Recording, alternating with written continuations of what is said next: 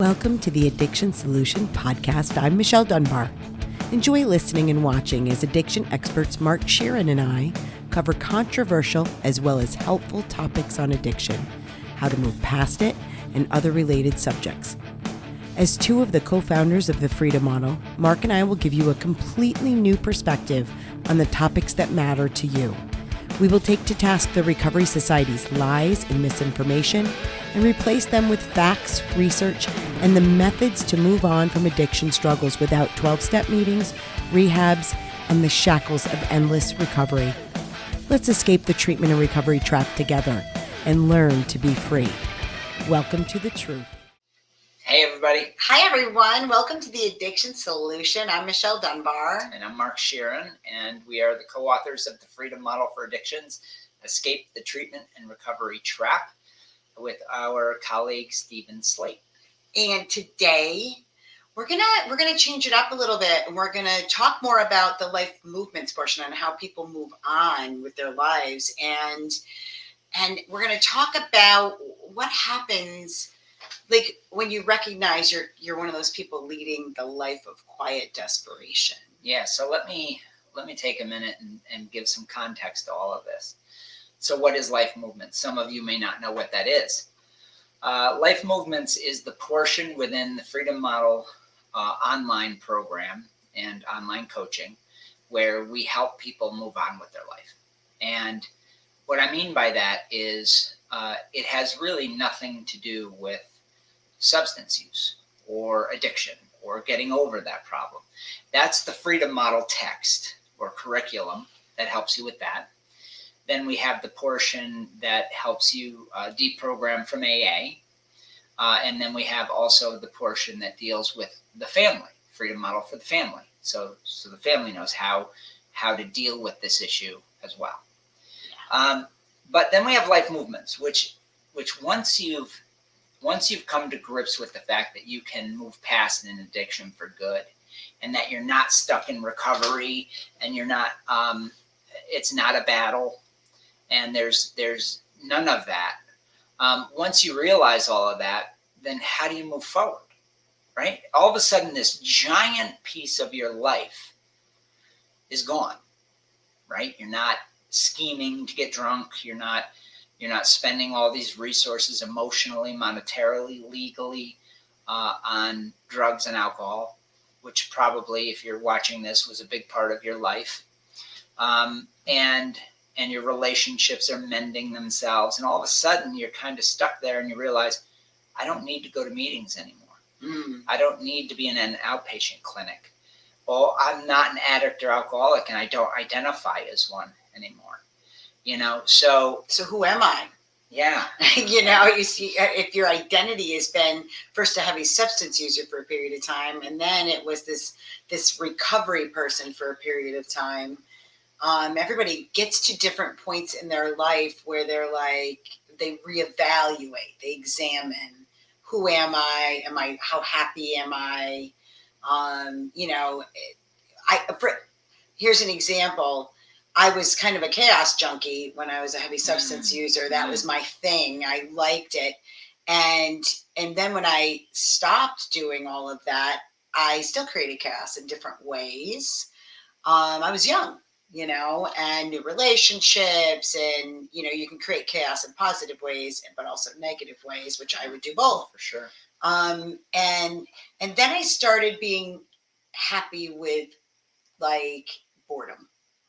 Yeah, where you, the pendulum may swing to, I crave stability so much so, and then you start to hide within yourself, and you might get bored and things like restless, that. And so everybody gets to those points where if they were looking at their life, they might be in that quiet desperation point where you start, okay, is this it? Like you start, and I think that happens for people at different ages. Like midlife crisis is one of those things that's very common, but I think that happens to people at all ages. I think so too. So here's why this happens. Here's how people get stuck into a mode of living that is unsatisfactory. And this can happen in your sobriety, right? Or your newly successful moderation habit, right? That you've created for yourself. And so what happens is humans are driven, as you know from our book, by the positive drive principle. In other words, we're always in the pursuit of happiness. And every choice you make all the time is in the pursuit of some level of contentment or happiness. And because of that, there's a second side to this. So you're motivated by happiness, but you're also a habit creating machine. Yep. So I just did a video on this on TikTok this morning, but as you move forward in life in your pursuit of happiness, you find an object, a desire for your happiness to fulfill that need. And then what happens is you go for it, you achieve it, and you habituate it. And you can see that in the flush of new love. Oh, for sure. Even love becomes, or infatuation becomes mundane if you're with that person long enough, right? And then you have to reinvent that relationship differently. And you have to work at finding more happiness in that if it's worth it to you. But a lot of people don't do that. Yeah, well, some people don't. They move on to the next relationship or whatever it might be. So, but because after we get rid of the drinking and drugging issue, because we habituate every single thing that we find motivating to us, we move from thing to thing. Now, you may find that your craving of stability and even boredom sometimes, and this new life of just sort of avoiding risk, maybe if that's the case with you, where you say to yourself, Jesus, the chaos of drinking and drugging was horrendous. And then you fall into this sort of place where you're not really moving forward. Then you're thinking about drinking and drugging again because it's what you've done. That's your habit. You've habituated that idea. But you don't want that. So where do you go from there? And then you become quietly desperate because you may not be willing at that moment or even aware that you've been creating a habit of avoiding risk. If you create the habit of avoiding risk, your life will stagnate. And then what will happen is you will find yourself a year down the road thinking, what the fuck am I doing all this for? Right. Because your life didn't move forward. And nobody came along like we're going to do today and say, why don't you challenge yourself? Isn't there less risk to take some risk in the long run and become what you want to become than to not take risk and suddenly find yourself in a misery pot? Yeah. Yeah. Change is normal, but habit is normal. I mean, there's this whole two play on each other. Yeah, there's this whole range of things. But all habitual behaviors become boring at some point. And it's kind of like you have to recognize, there's a lot of people, and me included, who I don't recognize the boredom up front very quickly. I'm somebody that gets very happy in my comfort for a period of time. And then I start to feel a little restless, but I don't recognize what that is. And what that is, I'm sorry. That's okay. And what that is I'm getting bored with the habit. Yeah. But you need to move forward, and your psyche is telling you that. Yeah, but what people do with substance use is you'll get bored in that habit and you'll feel restless. But a lot of times you end up digging deeper. Yes. Into the habit to try and kind of cure that restlessness and that boredom. I think to the topic that we're talking about today, I think we do that in our life afterwards. With everything. Yeah. I think you do it with everything. And that's why we always do say substance use is no different than changing any of these habits. Great point. So if you're somebody that developed this substance use habit and now you've gotten rid of it, but you've moved on to something else, know that when you get bored with your relationship, or you get bored with your job, your career, or something, whatever it is you've moved into that was for a time very exciting and successful and wonderful, and then then you just started to feel this restlessness again. That's what we're talking about, is how do you break out of that?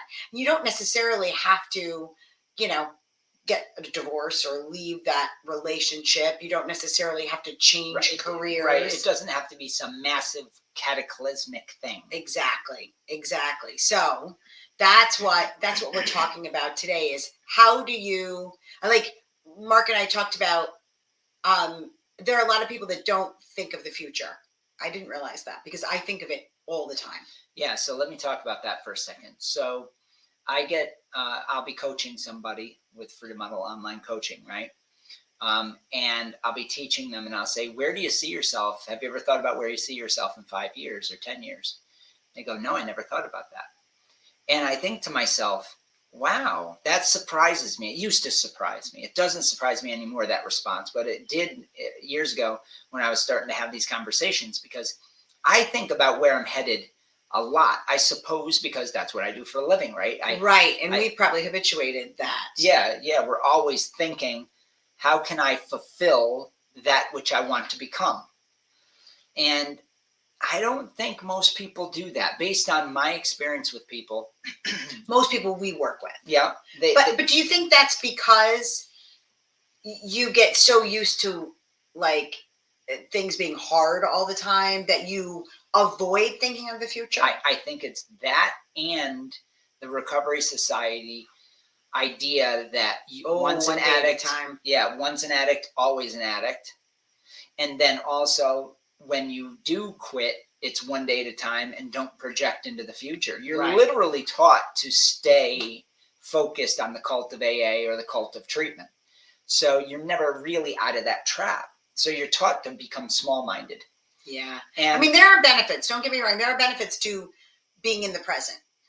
But there's this, you have to be in the present while also planning for the future.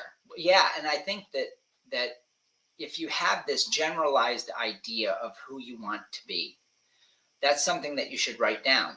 For instance, I know that I want to be a successful, healthy 60-year-old, right? Yeah. I'm 52 now.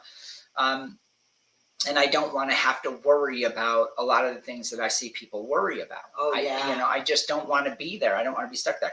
So everything that I do today is in fulfillment of that self-image of a healthy, successful, elderly man. As I grow from 60 to 80 to 90 or whatever God has intended for me. So I think that I just think that most people don't do that. Now, let's talk about living in the moment. Let me talk about that for a second. I also think that when you are, and you said this, when you are working towards who you're going to become, you can focus on that moment and enjoy it. Yes. It doesn't have to be a pile-driving obsession with goals. Yes, like it was when we were young. Yes. We talked about that this morning at breakfast. There's a time and a place to go batshit crazy and impulsive and have fun and have all these lofty goals. And I think that shouldn't go away with age, but I think that there is a real beauty in knowing that, God, it's nice to look at the sunset. Yeah. Yes, it's nice to take a moment and be present. And think of all the things you have going on around you, and all the wonderful things, like we just did at Thanksgiving, where where you get to be with your family and really take in, because time does go by very fast, and take in, the grandchildren and where everybody is in their lives at that moment. But like last night, I was tired and I went home and wanted to finish Christmas decorating, and I did like 3 things, and I hadn't slept the night before, so I was really tired. So I thought, okay, I'm going to enjoy what I just did, knowing that tomorrow I can do more. And whereas 10 years ago, 20 years ago, I would have forced myself to keep going, but I was also, 20 years younger, and kind of been miserable the whole night getting it done, yelling at people that help me. There is a benefit to enjoying the journey. Yeah, for sure. There's some of you know that I'm a hunter and a deer tracker, and when you're on the track, When I was younger, I would go 15 miles in the mountains in a day, and I would go crazy, and it was very exciting. And now at 52, I those are tough days for me. So I have a thing that, and I taught my son this. I said, "Slow and steady gets the Betty." You know, I have that in my head, so I meter myself, and remarkably, I see a lot more beautiful things. I have images of Maine, obviously, in my head right now, and I'm a healthy 52-year-old because I do these things. And I saw eagles, and I saw fishers, and I saw otters, and I saw deer, and I saw moose, and I saw all these things because I was just paying attention. Yeah, slow and steady got the Betty. Enjoying the journey. Yeah. You know, we would do these. We call them outbound experiences with our guests. We would take them up mountains. We're up in the Adirondack Mountains, and so we would take them on these, on these hikes, easy to moderate hikes. I mean, a lot of these people had never been in the mountains before, so an easy hike is not an easy hike, so to speak. Right. But they, when we were young, you just trudge up the mountain. You just go really fast and then run down it. And you would, like, a lot of times they wouldn't even sit at the top, like, because I mean, sometimes these views that you can see all the way around there, you can see for miles and miles, and there's lakes and forests and eagles, and I mean, it's amazing. And the older we got, the young people would still be running up the mountain, and we would be trailing behind, really noticing bear tracks and deer tracks, and all kinds of amazing things that you see in the woods. So there's these kinds of life lessons. And I don't hike as much as I used to, but I still do enjoy it. But I'm a lot slower than I used to be. Yeah. So there's a couple of things we're talking about. We're talking about, first, where do you see yourself in 5 to 10 years, or where would you like to see yourself? I think that's a more appropriate way of saying it. And who do you want to be? Yeah. And that can have implications with your family, your career, your physical health, your mental health, everything. Oh, for sure. And I would suggest you write it down. Say, in 5 years, I would like to feel like this, do these things, have a few things under my belt, have this financial status. And it can be very general. You can get caught up in this whole goal setting, new agey sort of weird shit. And I found that all of that kind of falls to the wayside when reality strikes, and that is, life is life.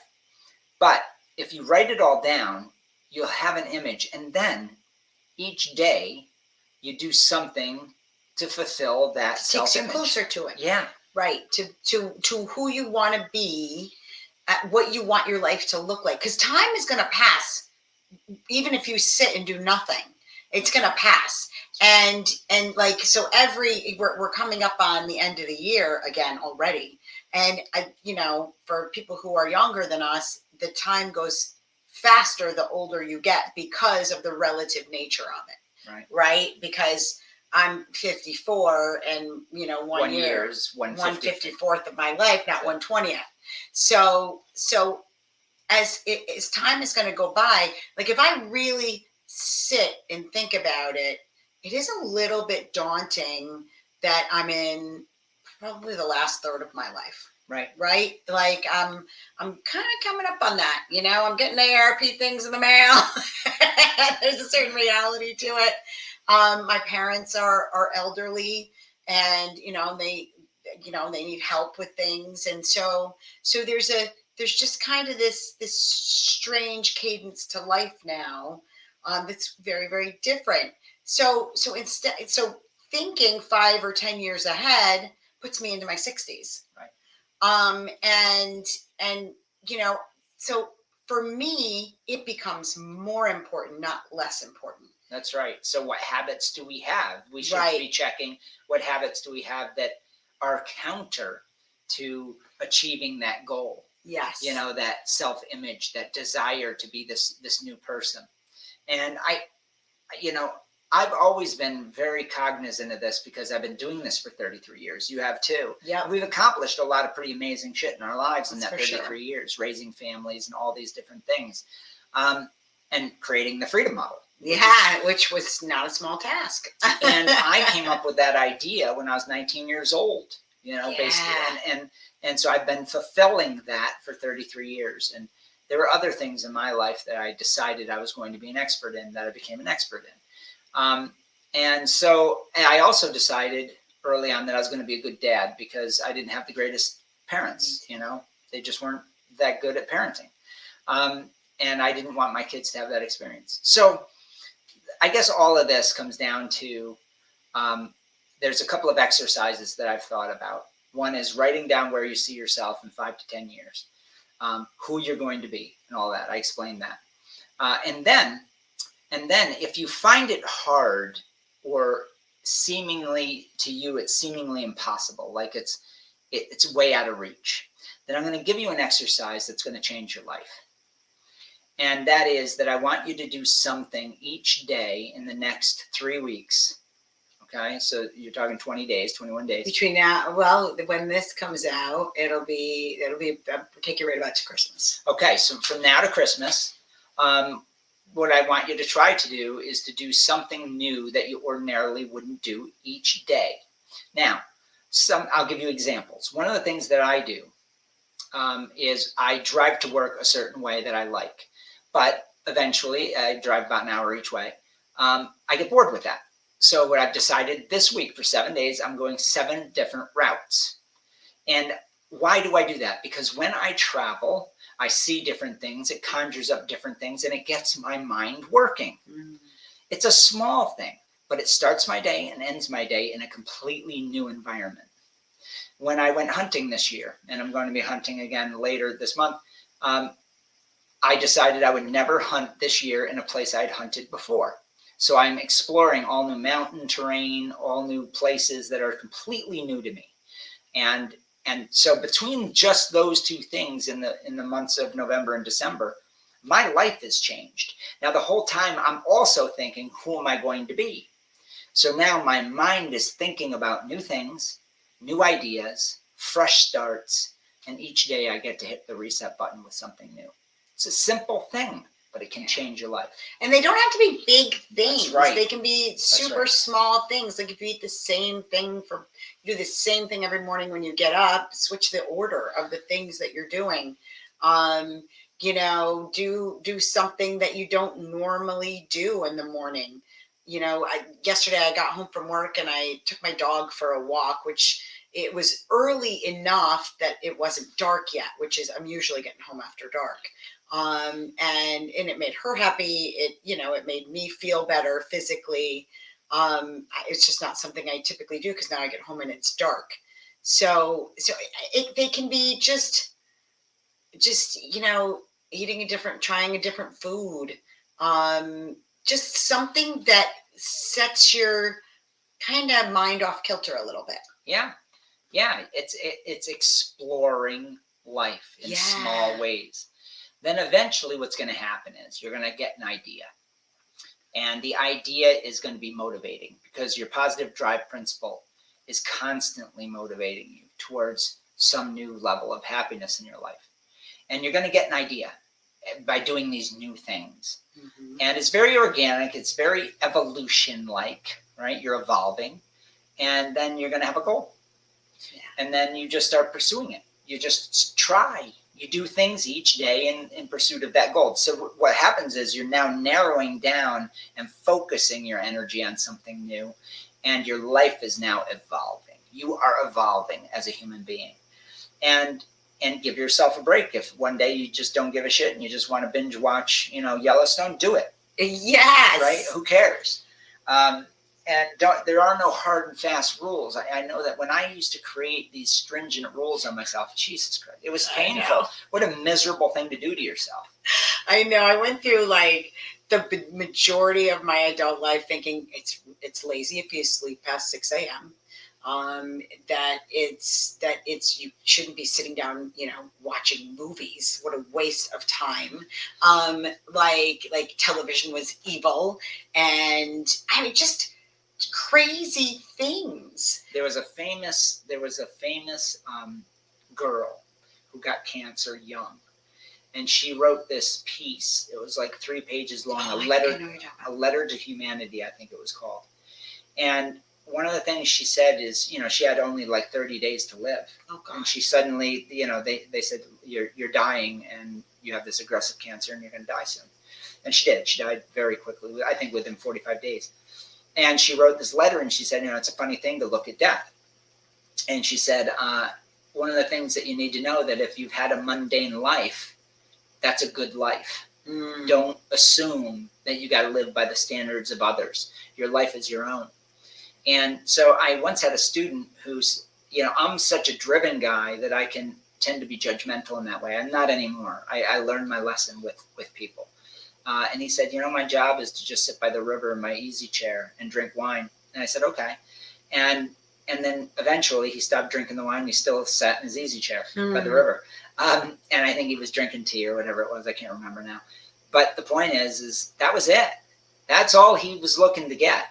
And he was an older fella, and he lived his life that way. It was probably 5 years ago now, I think. You asked me, because I just became an empty nester. My kids had grown, and for 25 years, my entire life was my job and my children, job and my children, my job and my children. It was my days from 5 a.m. until 11 o'clock at night were packed, jam packed with things, and then your life goes by very quickly when it's filled like that. But it was filled with wonderful things. I mean, my sons were swimmers, and that was a year-round thing, and so we were, every weekend was filled, and I had football players, and it was just filled with a lot of wonderful things. And when all that stopped, and everybody told me that's going to stop, so it's going to stop at some point, when you're in it, it feels like it's never going to end. Yeah. And then once it did, you asked me the question, so what do you want to do? What makes you happy? And I had no idea. Yeah. I had no idea. I know. And that's where in Life Movements, Mark developed Life Movements, and there's a list he calls the Swinging the Bat list. And it was the first time I think I sat down and was like, what are some of the things that I want to do? Like that I've not done before, that I want to incorporate into my life. That's huge for middle-aged women. Mm-hmm. That's freaking huge. I think middle-aged people. Well, I think with women more, and I'll tell Right. you why, because I think that you guys, there's a lot more expectation that you're going to take care of everybody. Yeah. And I definitely did that. Yeah.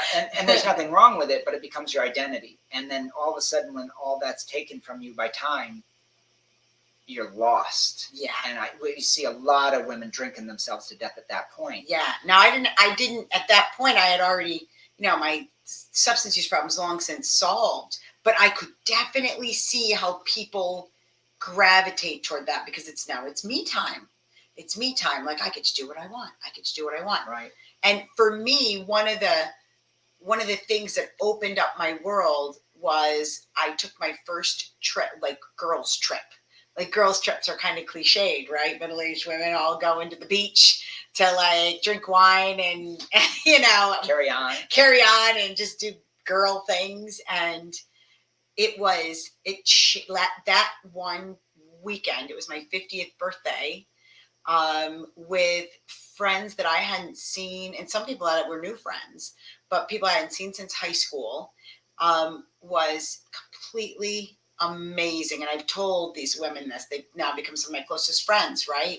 That it changed my life and opened up my world. So for me, travel was one of those things that ended up getting on my list, which I never, it just never occurred to me that I could do that. Yeah, it's wild when you open up your mind. If you say, I want to try this, and then your mind goes to, I can't do that. Right. I And can't. then, All these reasons why that's just not practical for me. and then you just say, I think I need to do that. I need to Mhm. try. Yeah. So yeah, That's it. This will be a short pack. Well, it's not that short. It's still a half an hour. So what we're saying is, you don't have to make sweeping changes in your life. You don't have to throw away a 30-year relationship to have a happy, wonderful, exciting life again.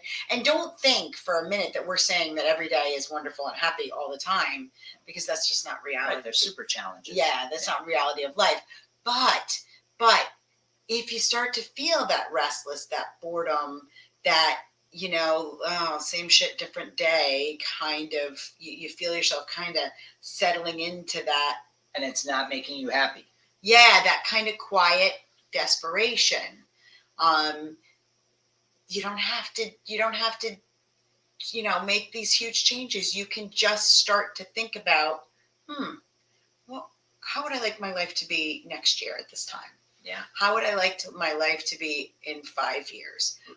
Look at the things that you have control over in your circle of your sphere of influence. Yeah. And then do the thing. I don't care if there's a window that's broken in your house that you avoided fixing for 5 years. Right. Just go fix the damn thing. And you may not like it, but I guarantee at the end of the day, you will feel better. Sometimes you get acclimated to things, and they quietly bother you. My husband's that's gonna chime. My husband's a pack rat, and we have baskets, drawers, and he's a stasher. He stashes things, and sometimes I get acclimated to those things, and I don't realize that they niggle at me. Well, he's gone for a week. so I get to kind of quietly fix those things that bug me, and those little things matter. They make me feel happier when I'm home. Yeah, that's the fabric of life. Yeah, exactly. So I hope that we've provided you some, here we are coming up at the end of another year. And where do you want to be? How do you want to feel next year at this time? Yeah, and then 5 years from there, who do you want to be, and how do you want your life to be? Yeah, little changes can make a huge difference. Yeah, just be consistent with them. Yes. So thanks everyone for listening. Give us a 5-star rating wherever you listen. That makes a huge difference. Yeah, tell your friends about the Addiction Solution, that they can change their lives without necessarily going to meetings, without having rehab. To dedicate their life to all this recovery stuff. You can solve addiction, and it's time to move on. So thanks everybody. Bye everybody.